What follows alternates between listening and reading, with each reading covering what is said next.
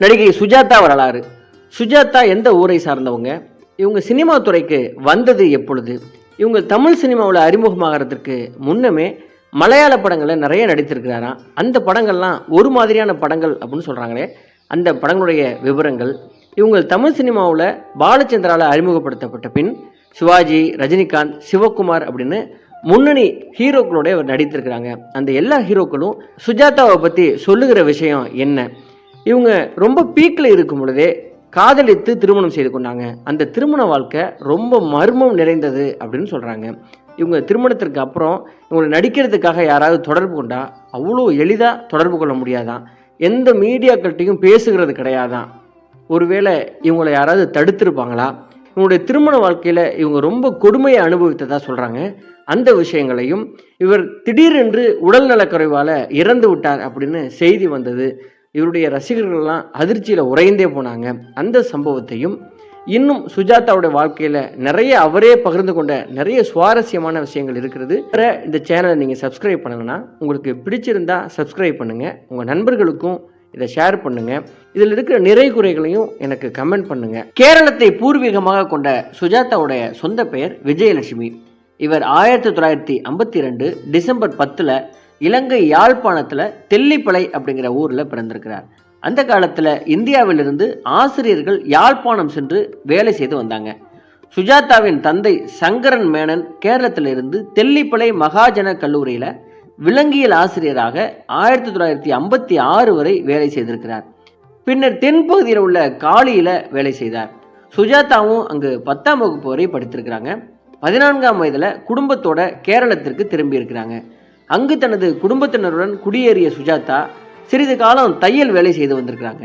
1977ஆம் ஆண்டில் ஜெயகர் அப்படிங்கிறவரை காதல் திருமணம் செய்து கொண்டார். இவங்களுக்கு சஜித் என்ற மகனும் திவ்யா அப்படிங்கிற மகளும் இருக்கிறாங்க.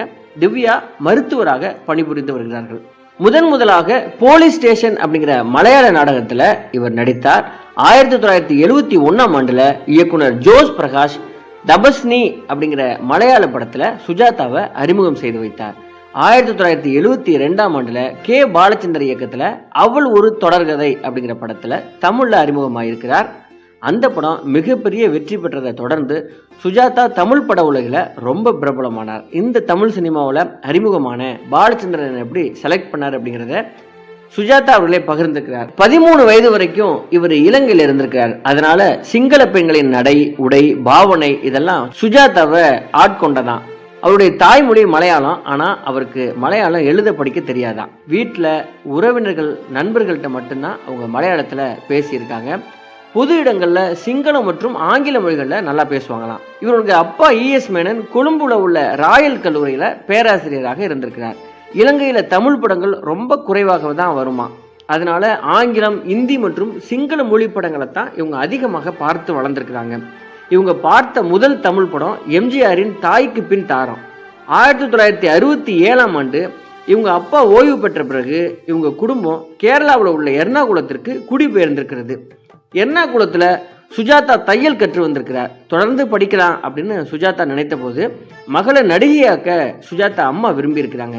ஆனால் சுஜாதாவோட அப்பாவுக்கு இதில் சுத்தமாக விருப்பமே இல்லையாம். மலையாள திரையுலகில் வில்லனாக நடித்து வந்த ஜோஸ் பிரகாஷ் அவருடைய உதவியோட 1971 சுஜாதா சினிமாவில் நுழைந்திருக்கிறார். அவர் நடித்த முதல் படம் தபஸ்வினி, அடுத்து புனர்ஜென்மம், சுழி உள்ளிட்ட படங்களில் நடித்திருக்கிறார். அங்கு பல படங்களை நடித்தாலும் 2வது கதாநாயகியாக தான் வாய்ப்புகள் கிடைத்திருக்கிறது. அவற்றில் சில கவர்ச்சி கதாபாத்திரங்கள். இந்த சூழலில் தமிழில் நல்ல வாய்ப்புகள் கிடைக்கும் அப்படிங்கிற நம்பிக்கையில் இவங்க சென்னைக்கு வந்திருக்கிறாங்க. அவரது எதிர்பார்ப்பு பொய்யாகவில்லை. கே பாலச்சந்தர் அவள் ஒரு தொடர்கதை படம் அவருக்கு மிகப்பெரிய திருப்பு முனையை ஏற்படுத்தி கொடுத்தது. இந்த சம்பவத்தை பற்றி சொன்ன சுஜாதா ஒரு நாள் அருள் ஃபிலிம்ஸ் ஆஃபீஸுக்கு வர சொல்லி சுப்பையா டெலிஃபோனில் எங்களுக்கு தகவல் சொன்னார். நானும் என்னுடைய அண்ணனும் அங்கே போனோம். முதலாக டைரக்டர் கே பாலச்சந்தரையும் தயாரிப்பாளர் ராம அரங்கனையும் நாங்கள் சந்தித்தோம். பாலச்சந்தர் என்கிட்ட கேட்டார், உங்களுக்கு தமிழ் தெரியுமா அப்படின்னு. நான் தமிழ் பேச தெரியும், எழுத தெரியாதுங்க அப்படின்னேன். அப்போது டைரக்டர் ஒரு வசனத்தை தந்து பேச சொன்னார். நான் கொஞ்சம் தடுமாறி அதை பேசி முடித்தேன். அதை கேட்ட அவர், இது போதாது, இன்னும் இம்ப்ரூவ்மெண்ட் பண்ணி கொண்டாதான் டயலாக்கை தடுமாறாமல் பேச முடியும் அப்படின்னு சொல்லியிருக்கிறார். பிறகு அவங்க ஆஃபீஸ்லேருந்து புறப்படும் போது, சுஜாதா உனக்கு சான்ஸ் இருக்குது, தினமும் தமிழ் பத்திரிகைகளை சத்தம் போட்டு படி, தப்பு இல்லாமல் படி. தினத்தந்தி, தினமணி எதை படித்தாலும் ரொம்ப சத்தமாக படித்து பழகு. தமிழ் உச்சரிப்பு நன்றாக வந்தாகணும். உன்னால் முடியுமா அப்படின்னு கேட்டிருக்கிறார். இவங்களும் சொல்லியிருக்கிறாங்க, கண்டிப்பாக முயற்சி செய்கிறேன் அப்படின்னு. அதற்கப்புறம் கேபி சார் சொன்ன மாதிரியே நிறைய தமிழ் பத்திரிகைகளை வாங்கிட்டு வந்து படிக்க ஆரம்பிச்சிருக்காங்க. காலையிலையும் நைட்டும் தமிழ் படங்களை நிறைய பார்க்க ஆரம்பிச்சிருக்காங்க. கொஞ்ச நாளில் சுஜாதா அவர்களுக்கே நம்பிக்கையும் உறுதியும் நிறைய வந்திருக்கிறது. படப்பிடிப்பு தொடங்கிய நாளில் பாலச்சந்திரிடம் அவருடைய பயிற்சியை பற்றி சொல்லி தமிழில் பேசி காண்பித்த உடனே அவர் ஓகே, உன் திறமையை படத்தில் டயலாக்ல வெளிப்படுத்து, ஆல் தி பெஸ்ட் அப்படின்னு சொல்லி உற்சாகப்படுத்தியிருக்கிறார். பெரிய பேனரில் பெரிய இயக்குனரின் அறிமுகத்தில் ஒரு புதுமுகம் நடிக்கும்போது சிக்கல்களும் சென்டிமெண்ட்களும் நிறைய இருக்கும். அந்த மாதிரி தான் புதுமுகமான சுஜாதாவுக்கும் ஒரு பெரிய சிக்கல் வந்திருக்கிறது. அது என்ன சிக்கல் அப்படின்னா, இவர் ஏற்கனவே மலையாளத்தில் நடித்த ஏ படம் புனர்ஜென்மம் சென்னையில் திரையிடப்பட்டிருக்கிறது. இதுதான் அந்த சிக்கலுக்கு காரணம். இந்த விஷயம் டைரக்டர் காதுக்கு போயிருக்கிறது. அந்த விஷயத்தை ஊதி பெரிதாக்கி சுஜாதா ஒரு செக்ஸ் படத்தில் நடித்தவங்க, இந்த படத்தில் நடித்தா இந்த படத்தோட பேர் கெட்டு போயிடும், அதனால் தூக்கிடுங்க அப்படின்னு நிறைய பேர் சொல்ல ஆரம்பிச்சிருக்காங்க. நல்ல வேலையா சுஜாதா அந்த விஷயத்திலேருந்து தப்பியிருக்கிறார். அவள் ஒரு தொடர்கதை ரிலீஸ் ஆகிற வரைக்கும் மலையாளத்தில் குறிப்பாக ஏ படங்களை நீ நடிக்கவே கூடாது அப்படின்னு பாலச்சந்தர் கண்டிப்பாக அவர் சொல்லியிருக்கிறார். கவர்ச்சியாக எந்த பத்திரிகைக்கும் போஸ்ட் கொடுக்கவே கூடாது அப்படின்னு சுஜாதாவை அழைத்து கண்டித்து சொல்லி அனுப்பியிருக்கிறார் டைரக்டர் கே பாலச்சந்தர். நான் அந்த மாதிரி படங்கள்லாம் நடிக்க மாட்டேன், அப்படி கிளாமராக நடிக்க சொல்லி நிறைய படங்கள் எனக்கு வந்தது, நான் வேணான்னு மறுத்து விட்டேன், அது எனக்கு சுத்தமாக பிடிக்காது, அது தெரியாமல் நடந்த விஷயம் அப்படின்னு சுஜாதாவும் பதிவு பண்ணியிருக்கிறார். அந்த படம் அவள் ஒரு தொடர்கதை படம் தயாரிப்பாளருக்கு நல்ல வெற்றியையும் தந்திருக்கிறது. படத்தை பார்த்த நடிகர் ஜெமினி கணேசன் ரொம்ப பிரமாதமாக நடிச்சிருக்க அப்படின்னு பாராட்டியிருக்கிறார். அவரது பாராட்டு தான் சுஜாதா அவர்களுக்கு பிள்ளையார் சுழி போட்டதுன்னு சொல்லலாம். அவரை தொடர்ந்து நடிகை ஷீலா, ஜெயபாரதி, நடிகர்கள் உமர் வின்சென்ட், மலையாள டைரக்டர் நாராயணன் ஆகியோர் ஃபோன் பண்ணி சுஜாதாவை ரொம்ப மனதார பாராட்டியிருக்கிறாங்க. நடிகர் சிவகுமாருடன் சுஜாதா நிறைய படங்களில் நடித்திருக்கிறார். அவங்கள பற்றி சுஜாதாவை பற்றி சிவகுமார் சொல்லும்போது, தமிழ் திரைக்கு அறிமுகமாகும் போதே சுஜாதாவோட தோற்றத்தில் ரொம்ப மெச்சூரிட்டி இருந்தது, அதனால குடும்ப தலைவி, வக்கீல், டாக்டர் அப்படின்னு குணச்சித்திர வேடங்களை நிறைய ஏற்று நடித்தார். நானும் அவரும் பல படங்களில் நடுத்தர வர்க்கத்து தம்பதியினராக நாங்கள் நடித்திருக்கிறோம். தொழிலில் அலட்சியம் அப்படிங்கிறது சுஜாதாவோட அகராதியில் பார்க்க முடியாத ஒரு வார்த்தை. உணர்ச்சிகரமான காட்சிகளில் நீண்ட தமிழ் வசனங்களை ரொம்ப சுத்தமாக உச்சரிப்போட பொரிந்து தள்ளுவதில் அவர் வல்லாதி வல்லவர் அப்படின்னு பதிவு பண்ணியிருக்கிறார்.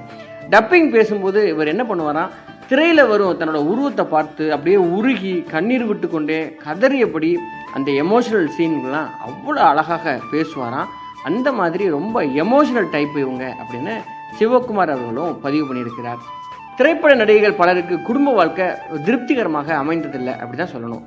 சுஜாதாவுக்கும் அப்படி தான் சொல்கிறாங்க. சுஜாதாவுக்கு பெரும் புகழை தேடி தந்த படம் அன்னக்கிளி. அதன் வெள்ளி விழா தமிழகம் எங்கும் விமர்சையாக கொண்டாடப்பட்ட போது அதில் அற்புதமாக நடித்ததற்காக சந்தோஷப்பட வேண்டிய முதல் நபர் சுஜாதா. ஆனால் எந்த ஊர் விழாவிலையும் நிறைந்த மனதோடு அவரால் கலந்து கொள்ள முடியவில்லை. ஒவ்வொரு ஊருக்கு செல்லும் போதும் ஒரு பிரச்சனை இருக்கும். அவருக்கு நிம்மதியான வாழ்க்கையை அமைத்து கொடு அப்படின்னு நான் அந்த நாட்களில் நான் ஆண்டவனை வேண்டிக்குவேன் அப்படின்னு சொல்லியிருக்கிறார். அவர் காதலித்தவரையே கரம் பிடித்து அன்பு குழந்தைகளை பெற்று நல்ல குடும்ப தலைவியானார். திருமணத்திற்கு அப்புறமும் தன்னோட வத்தாத நடிப்பு திறனால தனக்குன்னு ஒரு இடத்தை நிலைநிறுத்திய சாமர்த்தியசாலி தான் சுஜாதா. ஆனால் ரொம்ப சீக்கிரம் அவர் சினிமா துறையை விட்டு விலகி விட்டார் அப்படின்னு தன்னுடைய வருத்தத்தை பதிவு பண்ணியிருக்கிறார் நடிகர் சிவகுமார் அவர்கள். பொதுவாகவே நடிகைகளுக்கும் நடிகர்களுக்கும் பர்சனல் வாழ்க்கை ரொம்ப சூப்பராக இருக்கும். அவங்க ரொம்ப ஜாலியாக இருக்காங்க, பணத்தால் குளிக்கிறாங்க, ரொம்ப பேரும் புகழோடு இருக்காங்க அப்படின்னு தான் மீடியாக்கள் எப்பொழுதுமே ஒரு பில்டப் பண்ணும் இல்லையா. ஆனால் நடிகை என்பவர்களுக்கு தனி இமேஜும் தனி வாழ்க்கை முறையும் தனியான ஆசைகளும் இருந்து வந்து கொண்டிருக்கிறது அப்படிங்கிறத பத்திரிகைகள் புரிந்து கொள்வதே இல்லை. அவங்களா ஒரு பிம்பத்தை கட்டமைச்சுக்கிறாங்க. ஆனால் குளத்தில் கல்லறிந்து உருவாக்கும் அலைகளை போல இந்த நடிகருடைய வாழ்க்கையும் அலைக்கழிக்கிற வாழ்க்கை தான் அப்படிங்கிறத மட்டும் மீடியாக்கள் வெளிச்சம் போட்டு காட்டுவதே இல்லை.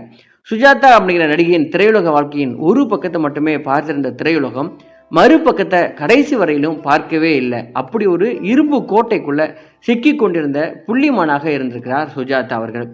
சினிமா பத்திரிகையாளர்களுக்குள்ள நீங்க யாரையாவது போய் பேட்டி எடுக்கணும் அப்படின்னா எல்லாருமே போட்டி போடுகிற ஒரு நபர் அப்படின்னா அதில் முதலிடத்தில் வருபவர் சுஜாதா தான். யார் பேட்டி கொண்டு வருவது அப்படிங்கிற ஆப்ஷன்ஸ் தான் நிறைய இருக்குமா. அப்படி முதலிடத்தில் இருக்கக்கூடிய அந்த சுஜாதா அந்த அளவுக்கு தன்னை ஒரு குறுகிய வட்டத்துக்குள்ள தானே சிக்க வைத்து கொண்டு வாழ்ந்து காட்டியவர்.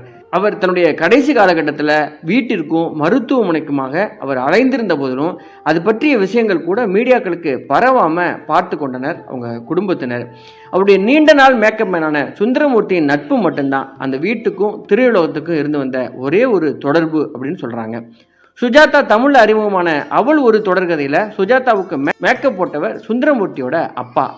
அதன் பின்பு சுந்தரமூர்த்தி அந்த தொழிலை கையில் எடுத்த போது பாபா வரையிலும் ரஜினிக்கும் சுஜாதாவுக்கும் ஆஸ்தான மேக்கப்பன் இவர் தான். சுஜாதாவின் அஞ்சலியில் அவரது பெண் திவ்யாவின் கண்ணீருக்கு பின்பு இந்த சுந்தரமூர்த்தியின் கதறல் தான் ரொம்ப அதிகமாக இருந்தது அப்படிங்கிறத அன்னைக்கு இறப்பு வீட்டுக்கு போனவங்களுக்கு எல்லாருக்குமே தெரியும். சுஜாதா மலையாள தேசத்திலிருந்து இறக்குமதி ஆனவர், ஆனால் அவர் இலங்கையில் பிறந்தவர் அப்படிங்கிற எல்லா விஷயத்தையும் நம்ம இதற்கு முன்னாடியே நம்ம பார்த்தோம். 1971ஆம் ஆண்டு எர்ணாகுளம் ஜங்ஷன் அப்படிங்கிற திரைப்படத்தில் தான் சுஜாதா அப்படிங்கிற தனித்த நடிகை மலையாள திரையுலகினருக்கு தெரிந்திருக்கிறது. காரணம் என்ன அப்படின்னா, இந்த திரைப்படத்தில் மலையாளத்தில் அப்போதைய காலகட்டத்தில் வேறு எந்த புதுமுக நடிகையும் துணிந்து நடிக்க முன்வராத அளவுக்கு 2 பீஸ் உடையில சுஜாதா நடித்திருந்தது மலையாள திரையுலகத்துக்கே அதிர்ச்சியா இருந்ததாம். இந்த திரைப்படத்தின் பெயரும் புகழும் இதே காரணத்துக்காகவே சுஜாதாவின் பெயரை கேரளா தாண்டி தமிழ்நாட்டுக்கு கொண்டு வந்து சேர்ந்திருக்கிறது. தமிழ்ல அப்போதெல்லாம் மாடர்ன் தியேட்டர்ஸ் அறிமுகப்படுத்திய 2 பீஸ் உடை அழகிகள் பட்டியலில் இன்னொருவராக சுஜாதாவை நம்ம அறிமுகப்படுத்திடலாம் அப்படின்னு நினைச்சு கோடம்பாக்கத்துக்கு சுஜாதாவை இறக்குமதி செய்திருக்கிறாங்க. ஆனா இங்க அவர் எதிர்பார்த்து வந்தது நல்ல கேரக்டர் ரோல்ஸ். மலையாளத்தில் தன்னுடன் நடித்திருந்த பத்திரகாளி படத்தின் ஹீரோயின் ராணி சந்திராவின் உதவியோடு தான் தமிழ் திரையுலகத்துக்குள்ள காலெடுத்து வைத்திருக்கிறார் சுஜாதா. 1973 அவள் ஒரு தொடர்கதை படத்துக்காக புதுமுகம் தேடிக்கொண்டிருந்த கே பாலச்சந்திரனும் வழக்கமான புதுமுகமாகத்தான் சுஜாதா அறிமுகம் செய்து வைக்கப்பட்டிருக்கிறார். நெடு உயரம், அக்கா போன்ற தோற்றமும் கேரக்டருக்கு ஏற்றார் போல கிடைத்தவிட அவர் தான் அந்த கவிதா அப்படின்னு முடிவு செய்திருக்கிறார் கேபி. இதற்குள் நடந்த நிறைய சுவாரஸ்யமான விஷயங்களை நம்ம இதுக்கு முன்னாடியே பார்த்தோம். இந்த ஒரு படத்தின் வெற்றி அவருக்கு தமிழ் திரையுலகத்தில் ஒரு பெரிய வரவேற்பை பெற்றுக் கொடுத்தாலும் 1976 வெளிவந்த அன்னக்கிளி தான் அவரை தமிழகத்தின் பட்டி தொட்டி எல்லாம் கொண்டு போய் சேர்த்தது. இளையராஜாவின் புதுமையான இசை, கிராமந்தோறும் காதுகளில் கிசுகிசுக்கப்படும் செய்திகளின் தொகுப்பாக அன்னோ அப்படிங்கிற அந்த அபலையின் கதையை உறக்க சொன்ன அன்னக்கிளி சுஜாதா அப்படிங்கிற பண்பட்ட நடிகையை தமிழ் சினிமா உலகத்துக்கு அடையாளம் காட்டியது. இடையில மீண்டும் தன் தாய் வீட்டு பக்கம் கவனத்தை திருப்பினாலும் தமிழ் திரைப்பட உலகம் அவருக்கு காட்டிய வரவேற்பினால இங்கேயே நிரந்தரமாக தங்க வேண்டிய கட்டாயத்துக்கு வந்தது சுஜாதாவோட குடும்பம். திரையுலகில் வெற்றி பெற்ற நடிகைகளின் பின்புலத்திலெல்லாம் யாரோ ஒருவரின் ஆசையும் வெறியும் கலந்திருக்கும் அப்படிங்கிறது கோடம்பாக்கத்தில் எழுதப்படாத விதி. இது சுஜாதாவுக்கும் பொருந்தும். தன்னை மேலும் மேலும் நடிக்க சொல்லி வற்புறுத்தி கொண்டிருந்த தனது குடும்பத்தினரிடமிருந்து தப்பிக்க வேண்டி வழக்கமாக எல்லா நடிகைகளும் செய்த அதே தவறத்தான் சுஜாதாவும் செய்தார். மவுண்ட் ரோட்டில் பழைய ராஜகுமாரி தியேட்டர் அருகில் குடியிருந்த சுஜாதாவின் வீட்டு மாடியில் ஒன்று குடித்தனத்தில் தங்கியிருந்தவர் ஜெயகர் அப்படிங்கிறவர். சுஜாதாவின் வருத்தங்களுக்கும் சோகங்களுக்கும் ஆறுதல் சொல்ல படி இறங்கியவர் சுஜாதாவின் மனசுக்குள்ள புகுந்து விட்டார். வழக்கம் போல தனது வீட்டாரின் எதிர்ப்பையும் மீறி ஜெயகரை திருமணம் செய்து கொண்டு தனது அடுத்த கட்ட வாழ்க்கையை துவக்கினார் சுஜாதா. இது வரைக்கும் தான் அவருடைய சினிமாவின் பொற்காலம் அப்படின்னு சொல்றாங்க. என்னவெல்லாம் பிற்காலத்துல நடக்க போகுதோ அப்படின்னு தெரியாமலேயே இயக்குனர் சிகரத்தின் அவர்கள் படத்துல 1976 நடித்து முடித்திருக்கிறார் சுஜாதா. ஒரு பக்கம் தேலாக கொட்டிய கணவன், அவர் ஒரு மனநோய் பாதிக்கப்பட்டவர்னு சொல்றாங்க. மறுபக்கம் தன்னை விரும்பும் 2 நல்ல நண்பர்கள் என்று கேபி காட்டிய அந்த திரைக்காவியத்துல முதல் வரி கதை சுஜாதாவின் நிஜ வாழ்க்கையிலையும் அப்படியே நிகழ்ந்து விட்டது. அவரது துரதிர்ஷ்டம் தான். 1977 நடந்த அவரது திருமணத்திற்கு அப்புறம் 2 பிள்ளைகள் பிறந்த பிறகும் அவரது திடீர் சினிமா பிரவேசங்களும் திடீர் தலைமறைவுகளும் தொடர்ந்து கொண்டுதான் இருந்தன. பத்திரிகைகள் விரட்டி பிடித்து தான் அவரை பேச வேண்டிய கட்டாயம் இருந்திருக்கிறது. எதையும் வெளிப்படையாக பேசும் சுஜாதாவுக்கு தனது கணவர் கட்டியிருந்த இரும்பு கோட்டைக்குள்ளேயே இருக்க வேண்டிய கட்டாயம் இருந்திருக்கிறது. கடைசி கால வரையிலும் அவருடன் நடித்த அத்தனை நடிகர்களுக்கும் அவரது நிலைமை எல்லாருக்குமே நல்லா தெரிஞ்சிருக்கிறது. அத்தனை பேரிடமும் மனம் விட்டு அவர் பேசியிருக்கிறார். ஆனால் இதற்காக இந்த திருமண பந்தத்தை நான் மீறப்போவதில்லை அப்படின்னு சொல்லியிருக்கிறார். இதுதான் பலராலும் ஏற்க முடியாமல் போயிருக்கிறது. இடையில தனது நடிப்பு கேரியரில் எந்த பங்கமும் வைக்காமல் நடிப்பு வேட்டையை தொடர்ந்து கொண்டு வந்திருக்கிறார் சுஜாதா. அவர்கள் படத்துல கேபியின் இயக்குதல் பசிக்கு சுஜாதா நிறைய தீனி போட்டிருந்தாலும் சுஜாதாவுக்கே தன்னை பிடித்திருந்தது நூல்வேலி தான், இதையும் விட எனக்கு பிடித்திருந்தது அவள் ஒரு தொடர்கதையின் நாயகி கவிதா தான்.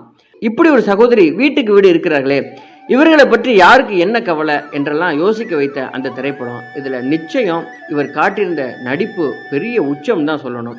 வசன உச்சரிப்புல சுஜாதா ஒரு ஸ்டைலிஸ்ட் அப்படின்னே சொல்லணும்.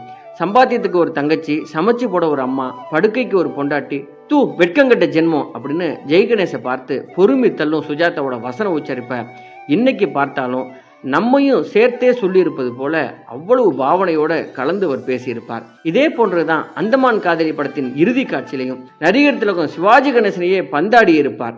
அதற்கு அப்புறம் சுஜாதாவின் பெயரை ஊரெல்லாம் கொண்டு போய் சேர்த்த படம் தான் விதி.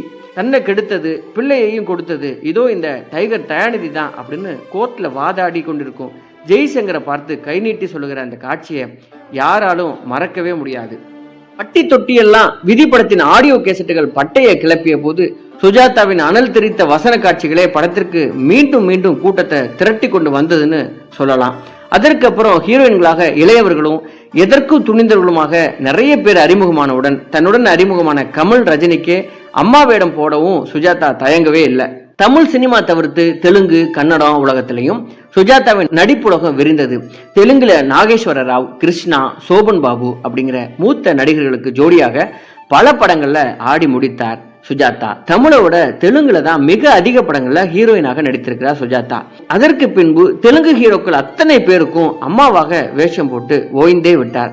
இதனாலதான் அவருடைய மரணத்திற்கு தமிழ் திரைப்படத்துறை வருத்தப்பட்டதை விட தெலுங்கு திரையுலகமும் ஆந்திராவும் ரொம்ப அதிகமாகவே அஞ்சலி தெரிவித்திருக்கிறார்கள். நீலாங்கரை வீட்டில் முதல் நாளில் இருந்து மறுநாள் வரை அவருடைய உடல் சவப்பட்டியில் வைத்து கொண்டு எடுத்து செல்லும் வரையிலும் தெலுங்குக்காரர்களும் தெலுங்கு சேனல்காரர்களும் தான் ரொம்ப அதிகமாக இருந்தாங்க. ஆந்திராவில் மிக அவசர செய்தியாகவே சுஜாதாவின் மரண செய்தி எல்லா சேனல்களையும் ஒளிபரப்பப்பட்டது. சுஜாதா ரொம்ப ரொம்ப ஒழுக்கமான பெண்மணி அப்படின்னு கூறியிருக்கிறார் ராமநாயுடு. நடிப்பு ஒன்றை தவிர சுஜாதாவுக்கு வேற ஒண்ணுமே தெரியாது, எப்படிப்பட்ட கஷ்டம் அப்படின்னாலும் முகம் சுளிக்காம நடித்து கொடுப்பார் அப்படின்னு சொல்லியிருக்கிறார் நாகேஸ்வர ராவ். ஆந்திர முதலமைச்சர் கிரண்குமார் ரெட்டியே சுஜாதாவின் மறைவுக்கு இரங்கல் தெரிவித்து அறிக்கை வெளியிட்டார். தெலுங்கு சேனல்களையும் 2 மணி நேரங்களுக்கு மேலாக பல நடிகர் நடிகைகள் தங்களது சோகத்தை பகிர்ந்து கொண்டிருக்கிறாங்க.